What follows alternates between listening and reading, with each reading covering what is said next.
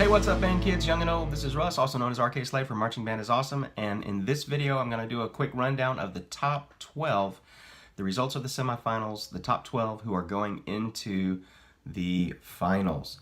And so we'll kind of take a look at their scores and just do a rundown on their placements, and won't get into a lot of details on captions and stuff in this video. This video is going to be really short. It's going to be just talking about the top 12 and their placement. And so I'm doing another series of kind of quick fire, rapid fire, not a whole lot of editing videos that we're going to talk about each of the important placements in the top 12, and we'll come back to that in just a minute. Or not in this video, but you can search for them and find them in the Drum Corps playlist on Marching Band is Awesome YouTube channel. So here we go. Without further ado, let's start at the top. Number 12, Madison Scouts in the 12th spot, just beating out the Mandarins, who had a great season. Madison Scouts get back to the finals for number 12 with an 86.475. The Crossmen took number 11 with an 88.488, which means the Blue Stars did enough to stay ahead of them in 10th place. They've kind of been fighting it out for that 10th place spot. Blue Stars 88.975. Phantom Regiment just under the Blue Knights. That's the Phantom Regiment 9, Blue Knights 8th place. Phantom takes an 89.887. The Blue Knights got a 91.013. That's been a battle that's been happening definitely the last half of the season, but mostly all season for that kind of 7, 8, 9 spot. The Cadets land pretty solidly in that 7 spot. I say solidly. They're actually, the Blue Knights are nipping on the Cadets' heel by, it looks like, about 0.6 of a point. So less than a point separates 7 and 8. Cadets 91.737 in that 7th spot. The Boston Crusaders solidly sitting in that 6th spot with a 93.400. So almost 2 points separate 6 and 7. It looks like if the Boston Crusaders can continue their scoring pace, that they will remain solidly in that top 6 lineup.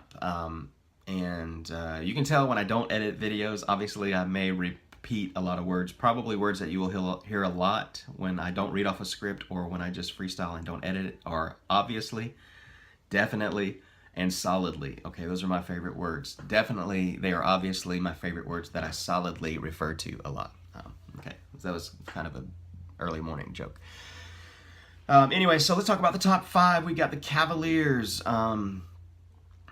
who are getting very, very close to the Bluecoats, but the Cavaliers in number 5 with a 94.925. Bluecoats, the defending champions, trying to make a push to repeat this year. It doesn't look like it's going to happen this year unless a miracle happens and they can jump up by 3 or 4 points in the finals. But the Bluecoats have that 95.212, and like I said, the Cavaliers in number 5 with a 94.925. So less than 0.3 of a point there, separating the 4 and 5 spot. And then we've got Carolina Crown, who has pretty much just been sitting in that 3rd spot. They scored 96.588. That is over a point above the Bluecoats, so they're looking good and comfortable there in the 3rd spot.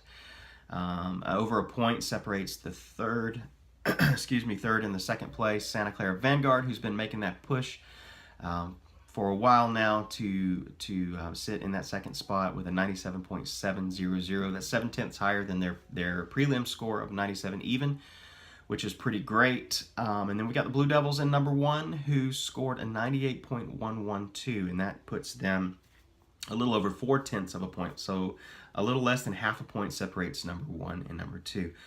It looks like we've got about 1.5 points separating the 1st and the 3rd spot, if I'm doing my math correctly. A little over 1.5 points.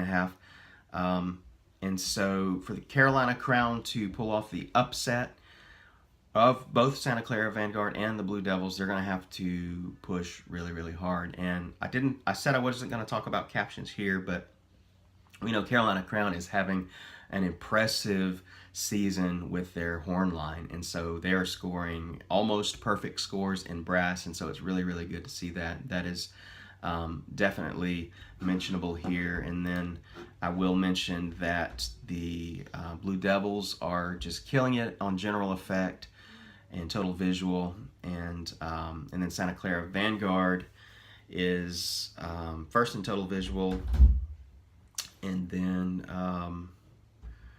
let's see, Color Guard doing really great, and then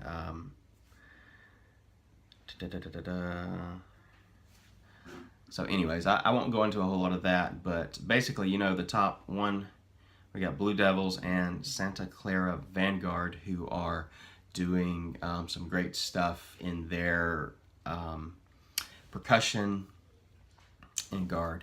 And so those top three corps, obviously, and the Bluecoats too, you know, they're scoring 1, 2, and 3 in the captions. And so anyways, that's the top 12. What do you think about it? Let me know in the comments. I'm Russ, also known as RK Slave from Marching Band is Awesome, and this was just a quick video to talk about the top 12. What do you think about the top 12? Go back to our top 12 predictions for the finals, top 5, top 6 predictions for the finals, and see if you got it right as far as the way that they're heading into the finals. And then obviously we'll talk about what it looks like after they're done and all the dust settles. But if you like these types of videos, hit the subscribe button. If you like this video, smash that like button. And as always, remember, Marching Band is awesome because you're awesome, and I'll see you in the next video.